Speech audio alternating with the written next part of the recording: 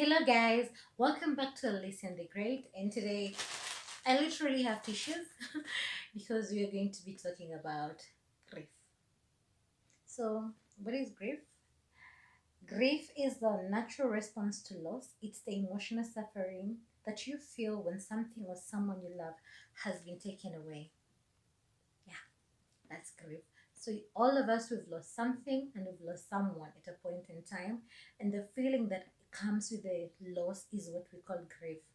What we need to know about grief is that there is no right or wrong way on how to grieve, but there are healthy and unhealthy ways to deal with the process of grief. So, often this kind of pain can be overwhelming and can spark a series of difficult and unexpected emotions from shock, anger, disbelief, guilt, and profound sadness. This kind of the pain that comes along with grief can also disrupt the physical health, making it difficult for you to sleep, to eat, and even to think straight. Think about how it felt when you lost a dear friend, when you lost a daughter, a son, a parent, a pet, when you broke up from a relationship, when you had to move from one job to another, when you lost a pet, when you had a miscarriage, when actually grief is not only when you lose someone, because people think grief and they think the death of a loved one, but grief is beyond that. Grief actually moves beyond the loss of someone. It goes as far as the loss of something that you think in one way or another is significant to you. So the lack of appetite, the lack of sleep, the feeling that you can't even think straight, that feeling of sadness, shock, and all these are normal reactions to loss, and they they actually vary based on the significance of the thing that you've lost. If something that you've lost is very significant to you, your grief will be way more than when something that you've lost is not as significant. So if we have to think about coping with the loss of someone or something that you love, you find that the loss of a loved one is associated with the most intense form of grief. However, you need to know that there are other things that can also bring about the feeling of loss and hence yield a form of grief.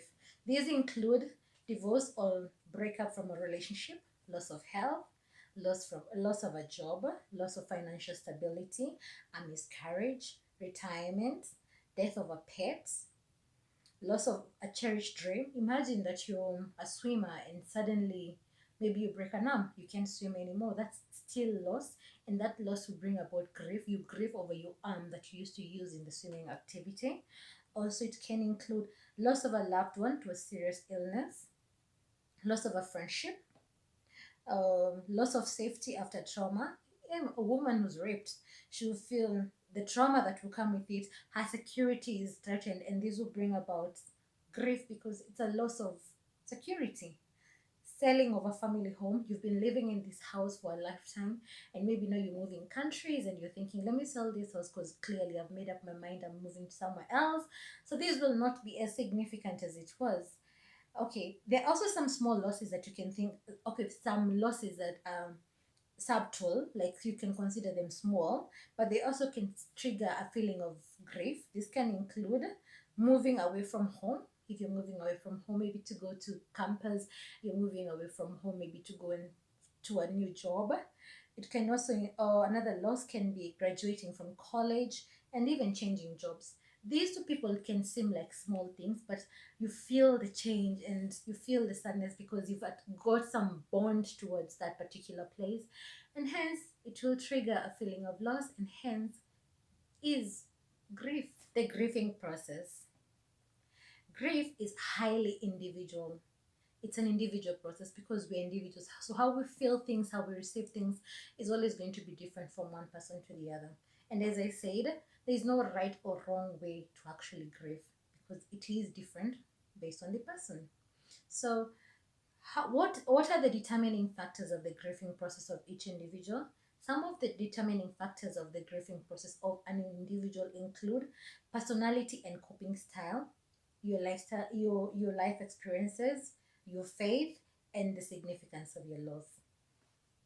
When you think about the personality, the people who are just naturally strong. So when something happens to them in a week or two, a month or two, they'll be over it. And the people who are less strong, depending on the significance of the loss, so it might actually take them to be grieved for a couple of years, which is natural, and nobody should push the other towards healing from grief. It should be something that takes time, because there's no time frame for, there's no timetable, there's no time frame for grief. It is how you feel. You have to get to face these feelings, accept these feelings slowly, move with emotions, and slowly your grief will heal, and your loss will become a memory, and this memory will become a treasure, and this treasure will mold you to a better person at the end of the day. So you need to know that the grieving process takes time, healing happens gradually, and it can't be forced or hurried. There is no timetable for grieving. Some people will start feeling better in weeks and months, and for others, their grief can be measured in years. You see? Whatever your grief experience, it's important to be patient with yourself and to allow the process to naturally unfold. Don't listen to what people have to say, that, oh, so you lost our father. We've lost fathers, so move on. That's mainly the African way, because Africans and grief, we are not quite allowed to grieve. We are supposed to be strong, cry that 5 days when you're having the wake, and after that, move on with your life like nothing happened. That's the African way. But it's not especially the right way. And thinking about it today, it's what is bringing about depression among our youth. It's what is bringing about broken families, because the people in the families, the mother, the father, they are broken people. They've not dealt with their grief on various issues. So we need to know the myths and facts. That's what brings about myths and facts, because we Africans, we are deeply rooted on the myths of grieving more than the facts of grieving. So what is the first myth on grieving? The first myth is that pain will go away faster if you ignore it. The fact is, trying to ignore or keeping pain from surfacing will only make it worse in the long run. For a healthy and real healing, face your grief and actively deal with it. If today you wake up and you think about your loved one and you just feel like screaming, scream. If you wake up and you feel like crying, cry. If you wake up and feel like you don't want to see anybody, just want to stay in your room and sleep, sleep. Each day will come about with its own different kind of motions, and face the motions as they come, and eventually you get the healing you need. What is the second myth? Too, that it's important to be strong when you face a loss. Yes, you should be strong, because life actually does go on when you lose a loved one or when you lose something. But at the same time, you need to understand that being weak does not necessarily mean that you're not strong. Sometimes real strength is in weakness. That's why we say real men do cry, and those who say that men don't cry, it's subject to debate. So the fact is that the myth is that if you're strong, you should be strong when you're faced by loss. Sometimes some losses hit you so hard you cannot be strong, and there is no shame in feeling. There is no shame in crying. There is no shame in feeling sad, feeling frightened, feeling lonely. All these are very normal reactions to loss. And when you cry, doesn't mean you're weak. It just means that you're actually a human, that you can feel. And feeling sad that brings about just shows you're really human, and it's acceptable. So when you're with your friends and your family, show your true feelings, and this can help you move through the process of grief. I remember a particular time I lost a loved one, and it was such a shock to me, because I never thought that kind of loss can actually happen to me. And I caved in. I cut everybody out, and I was like, I don't know what to tell anybody. I want them to be with me, but when they're with me, I'm just rude, angry, and I'm just crying all the time. And most of my friends and even my family had not gone through such a loss, so they did not know how to console me. So at that particular time, I lost lots of friends, and I understand today. Then I was like, people are just mean, and today I understand, because they just didn't know how to console me. And personally, I'm not much of a talker. I'm quite an introvert, so I didn't know how to even tell them how they can help me. And I think that was a fail on my side, and now I know better. So when you go through something that brings about grief, Try and show your feelings to your friends and family. They're the people who least judge you, and they're the people who can help you the most. So the other myth is that if you don't cry, it means that you're not sorry about the loss. Crying is the most natural way, the most natural response towards something that brings about sadness. But those who don't cry doesn't mean that they don't feel the pain as deeply as those who cry. I remember, like, when I lost my father, everybody was crying during the week, the 6 days of the week. They're all crying, and I couldn't get myself to cry. And it's not because I was not feeling bad, it's just that I couldn't cry. Funny how I am the person who ended up crying like minutes before he was buried. That's when it hit me like, oh my gosh, I'll never see my father again. And I thought about all the time I had shared with him, how you take time to like think about my dreams, talk to me about my career goals and all that. And I cried my heart out. But during the other days of the week, I never cried. But it didn't mean like I didn't feel, because he was my father clearly, and I love that man to bits. The other myth is that grieving should last at least a year. Who says it should last a year? It can last 10 years, it can last a lifetime, it can last a week, it can last a day.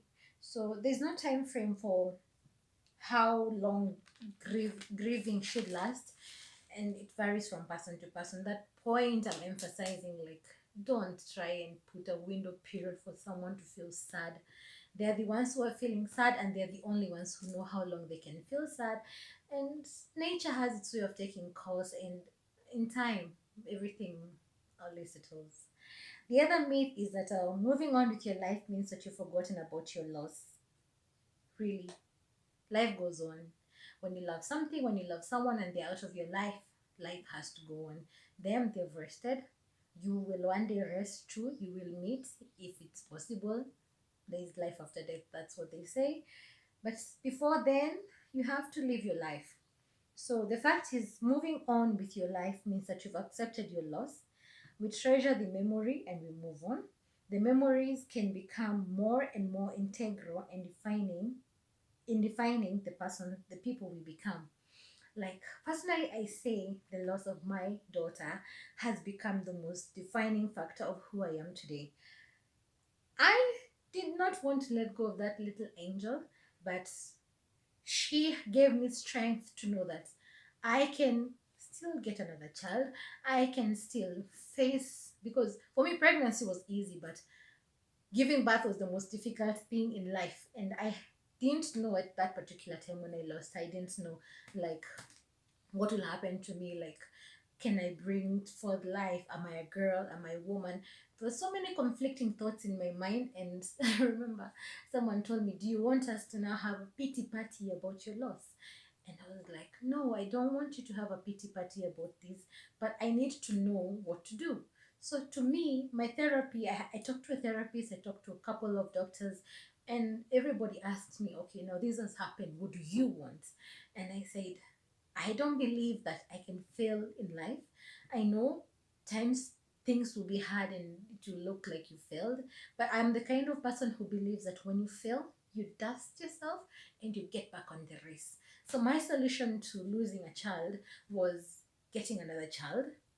Some might debate like, oh, maybe, but to me that was the thing. I had to face this that seemed so difficult, that I cannot give birth, that like giving birth is what brought about her loss. I had to face the whole process again, and this time win. And with the grace of God, lots of prayers. I remember the day I was going to give birth to my son. I carried a Bible, a guitar, the picture of Jesus, the picture of Krishna.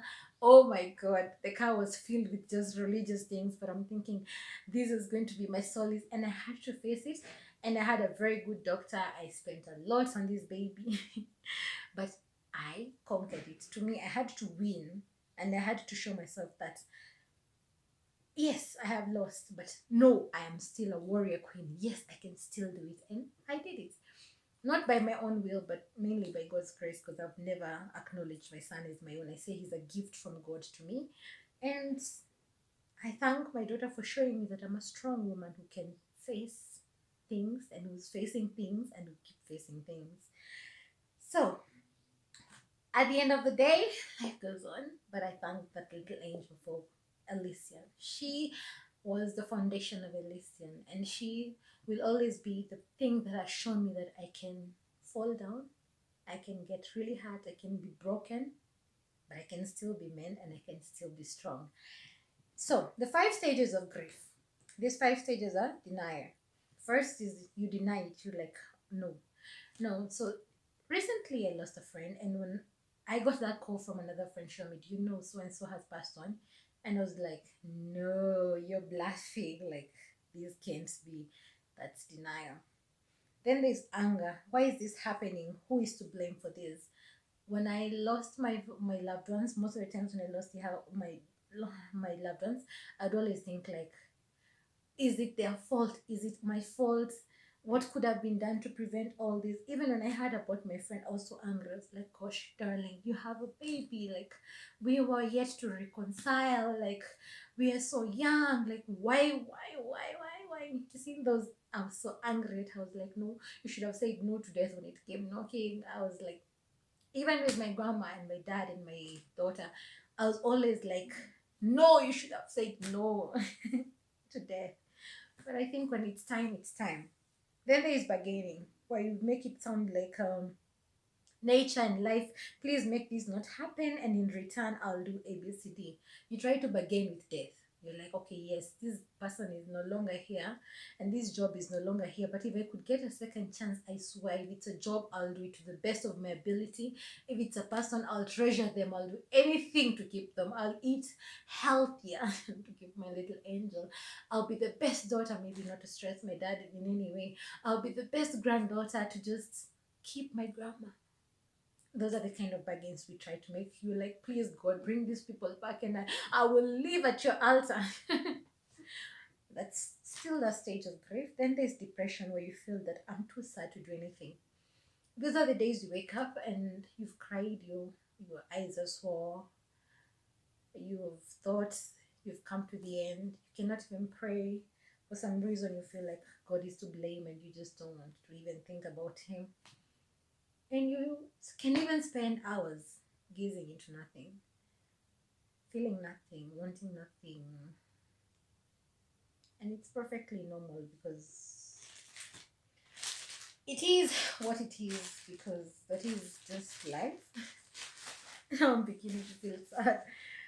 I'm feeling like super sad about it. Like, I know how depressing it can be when you lose something, when you lose someone.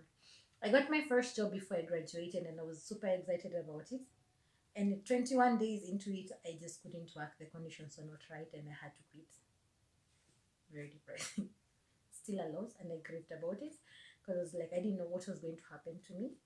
Anyhow, it turned out okay. Then the final step of grief is acceptance, where you're at peace with what has happened and you can move on with your life. And it's a beautiful feeling. So, this is from Elysian to all my family, my Elysian family. Bad things will happen, but bad things happen to make us stronger. We will lose people, they'll go too soon. Others will go when they're old and you'll be happy they're rested. But grief, however you feel like, don't let anyone judge you. I know it's a normal part of. Oh boy.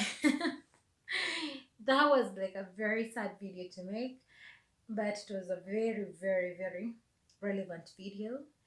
I attribute it, it's an attribute to all the loved ones I have lost, from my grandma to my daddy to my daughter, and most recently to my friend. R.I.P. Rest in peace. I love you. I've always loved you. I'll always love you until we meet again. Lots and lots of love for me. Guys, we are almost at 1,000 subscribers, 1K subscribers. I am so excited. And that's what I'm saying. Comment, like, subscribe, and share. Comment, like, subscribe, and share. This is Elysian. Until next time, remember, you're beautiful within and without. Lots and lots of love. Adios, amigos. Bye-bye.